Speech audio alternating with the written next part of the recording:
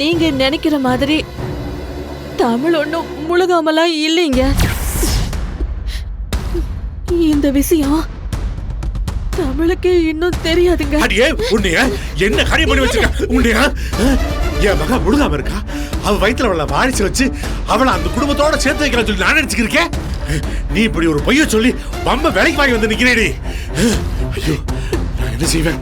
ஐயோ ஐயோ ஐயோ நாளை பின்ன அவ வயித்துல புள்ளி இல்ல அப்படிங்கிற விஷயம் அவங்களுக்கு தெரிஞ்சா என்ன ஆகுறது? உன்னைய என்ன பண்ற பாரு. உன்னைய என்ன காரியம் செஞ்சுக்கிட்டு என்ன காரியம் பண்ண தலியா என்ன பண்றது?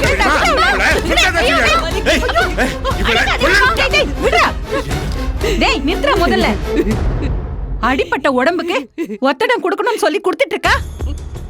அவளை போய் ஏன்டா அடிச்சிட்டு இருக்க? ஓ மருமக என்ன காரியம் பண்ணிட்டு வந்திருக்கானே கேளு. என்னடா பண்ணிட்டா? அத அவ வாயால சொல்லி நீ கேளு.